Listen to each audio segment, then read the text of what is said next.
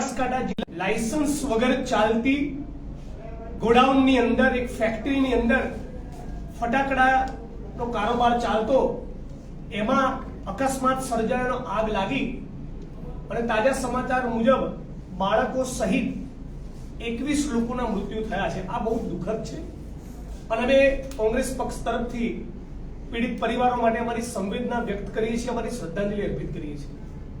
પણ આ પ્રેસ કોન્ફરન્સના માધ્યમથી કહેવા એ માંગીએ છીએ કે ગુજરાતમાં છેલ્લા કેટલાક વર્ષોમાં આપણે તક્ષશિલા કાંડ સુરતનો જોયો, વડોદરાનો હરણીકાંડ જોયો, મોરબી ઝુલતા પુલ્લા કાંડની ઘટના જોઈ। આવી અનેક ઘટનાઓની સાથે તાજેતરમાં 6-8 મહિના પૂર્વે રાજકોટના ટીઆરપી ગેમિંગ ઝોનમાં પણ 26 જેટલા લોકોના બાળકો સહિતના મૃત્યુ થયા। આ બધા જ પ્રકરણોના પીડિતોએ ન્યાય માટે યાત્રા કરવી પડી હતી। એટલે આ રાજ્યની સરકારનું વલણ આવા મોટા કાંડો સર્જાયા બાદ મીડિયા અને વિપક્ષનું અને પીડિત પરિવારોનું પ્રેશર ક્યારે ઘટે એની રાહ જોવા સિવાય રાજ્યની સરકાર કંઈ કરતી નથી। આ પીડિત પરિવારોને રકમમાં વળતર તરીકે જાણે એક મનુષ્યના જીવનની કિંમત ગુજરાતમાં 4 લાખ નક્કી કરેલી હોય એમ તમે મરી જાઓ અને 4 લાખ લઈ જાઓ, એવો સરકારનો એટીટ્યુડ છે। ક્યાંય ફાસ્ટ ટ્રેક કોર્ટમાં ટ્રાયલ ચલાવવી, કસૂરવાર આરોપી સાબરમતી સેન્ટ્રલ જેલના સળિયા ગણતા હોય, મહિનાઓના મહિના સુધી એમને જામીન ના મળે, આવી કોઈ પરિસ્થિતિનું ન્યાય મળે એવી કોઈ પરિસ્થિતિનું નિર્માણ રાજ્યની ભાજપ સરકાર કરી શકી નથી। આ ડીસાના ગોડાઉનના પ્રકરણમાં પણ બાળકો સહિત 21 લોકોના મૃત્યુ થયા। અમને મળેલી શુદ્ધ જાણકારી પ્રમાણે કેટલાક એમાંના શ્રમિકો એ હરદા મધ્યપ્રદેશના હતા અને મધ્યપ્રદેશના હરદામાં પણ એક ફેક્ટરીમાં જ પ્રમાણે આગ લાગી હતી। અમારી ટીમની એક સાથી અવની બંસલે ત્યાં મહિનાઓ સુધી સંઘર્ષ કર્યો, પણ હજી સુધી પૂરો ન્યાય મળ્યો નથી। ઘણીવાર એવું બનતું હોય છે, જે રાજકોટ ટીઆરપી ગેમિંગ ઝોનમાં પણ અમે જોયું હતું કે આખા જ ઘટના સ્થળને, આખી સાઇટને ડિસમેન્ટલ કરી નાખી, વેર વિખેર કરી નાખી, જેથી પૂરા સબૂતો અવશેષો બચે નહીં, જેથી આરોપીઓની સામે ગુનો સાબિત થાય નહીં। હું એને પણ એક પૂર્વ આયોજિત ષડયંત્ર માનું છું। હું ઈચ્છું છું કે ડીસાના પ્રકરણમાં જિલ્લા કલેક્ટર તંત્ર, પોલીસ પ્રશાસન અને રાજ્યની સરકાર આવી કોઈ કામગીરી ન કરે।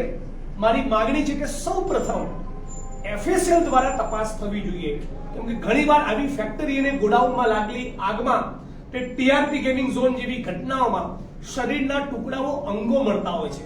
રાજકોટના ટીઆરપી ગેમિંગ ઝોનના પ્રકરણમાં અમે જોયું, લાશના બદલે એક મુઠ્ઠીભર ખોબામાં સમાય એવી લાશ, એવા પરિવારના અંગો એમના મૃતકોનો પરિવારોને સોંપ્યા હતા।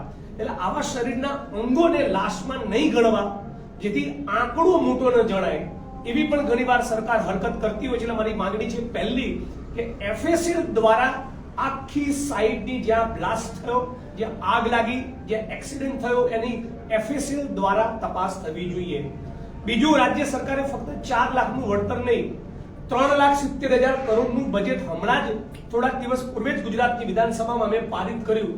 એ 3,70,000ના બજેટમાંથી માનનીય ભૂપેન્દ્રભાઈ, જે સંવેદનશીલ અને મૃદુ હોવાની વાત કરે છે, એમણે ઓછામાં ઓછા 1 કરોડ રૂપિયાનું વળતર પીડિત પરિવારોને ચૂકવવું જોઈએ અને એવી એસઆઈટીની રચના કરવી જોઈએ જેમાં નિષ્પક્ષ તપાસ કરવામાં આવે, જેનો પૈસામાં ડોળો ન હોય, જેની સ્પાઇન કરોડરજ્જુ મજબૂત હોય, જેની એકંદરે પ્રામાણિક અધિકારી તરીકેની છાપ હોય, એવા કોઈક અધિકારીની બનેલી એસઆઈટી દ્વારા તપાસ કરવામાં આવે તો ન્યાય મળે। દરેક પ્રકરણમાં અમે માંગ કરીએ છીએ, રાજ્ય સરકાર નથી સાંભળતી, એટલે આ પ્રકરણમાં અમે માંગ કરીએ છીએ કે સાચા અર્થમાં સંવેદના તો એ જ કે ફરી ગુજરાતમાં આવી કોઈ દુર્ઘટના ન સર્જાય, બલકે દુર્ઘટનાની આ તો માનવ સર્જિત કાંડ છે।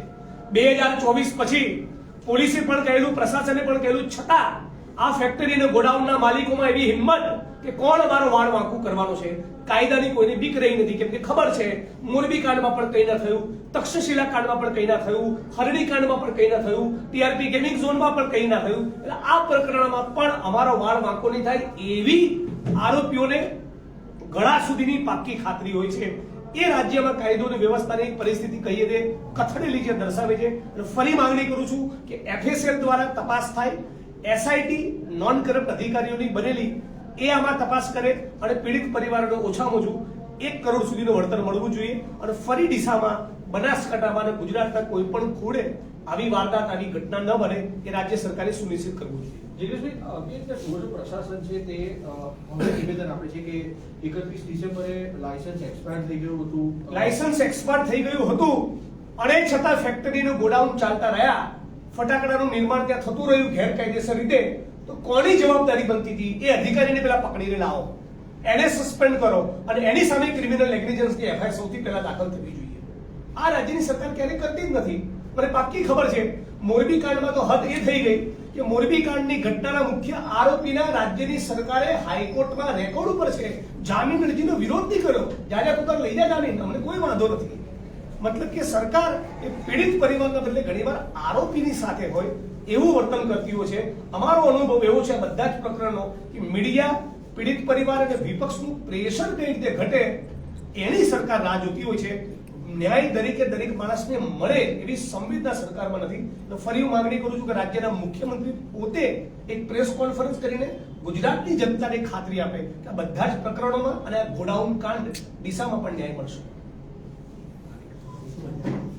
લાલજીભાઈ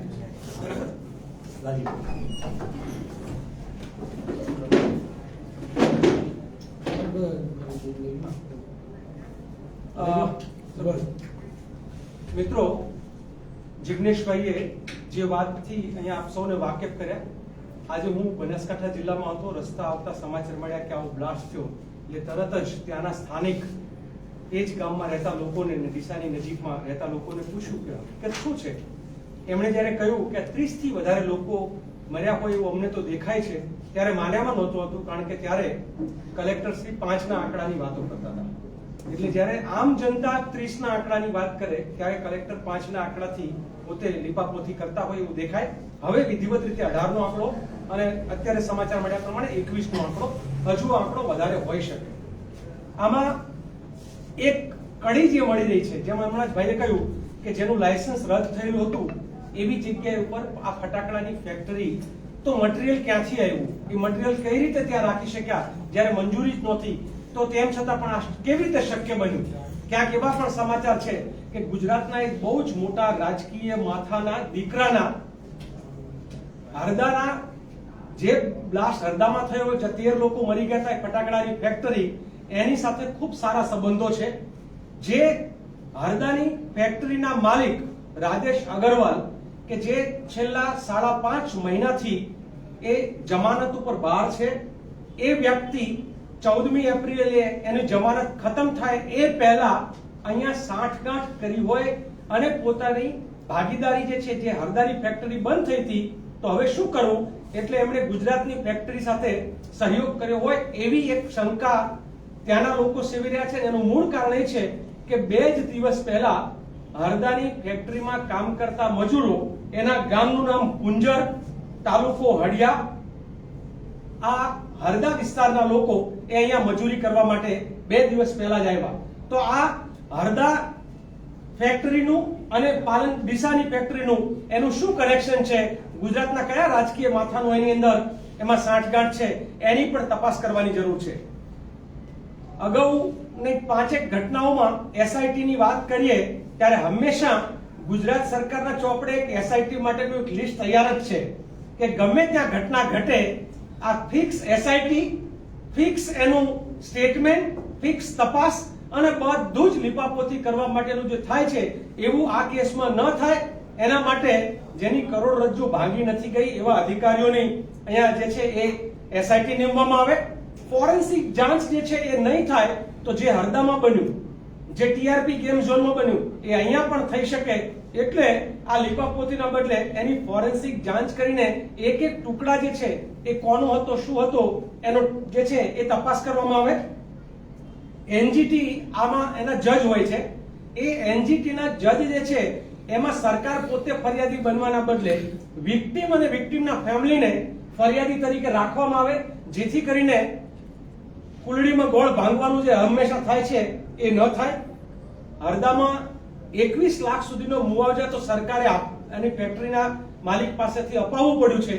માંગણી ત્યાં પણ 1 કરોડની છે, આપણી પણ માંગણી 1 કરોડની છે. હરદામાં ઓલરેડી 21 લાખ રૂપિયા એ પ્રતિ પર્સન જે છે એને આપ્યા હોય તો ગુજરાતમાં 4 લાખના ચણા મમરા કેમ? આ સૌથી મોટો ચિંતાનો વિષય. અને સાથે હરદા બ્લાસ્ટમાં જેમ આરોપી જેલમાં રહ્યા, તાત્કાલિક એની ધરપકડ માટે લડ્યા ત્યારે થયું. અહીંયા આપણે આશા રાખીએ કે આ ફેક્ટરીના માલિક જે છે એનું કોઈ પણ જાતની શેષરમ વગર તાત્કાલિક જે છે એ ધરપકડ કરવામાં આવે અને મધ્યપ્રદેશ અને ગુજરાતના આ બે ફેક્ટરી વચ્ચેના ધંધાદારી અને પોલિટિકલ કનેક્શન જે છે એની તપાસની અમે લોકો અત્યારે માંગ કરી છે. Thank you. Okay, thank you.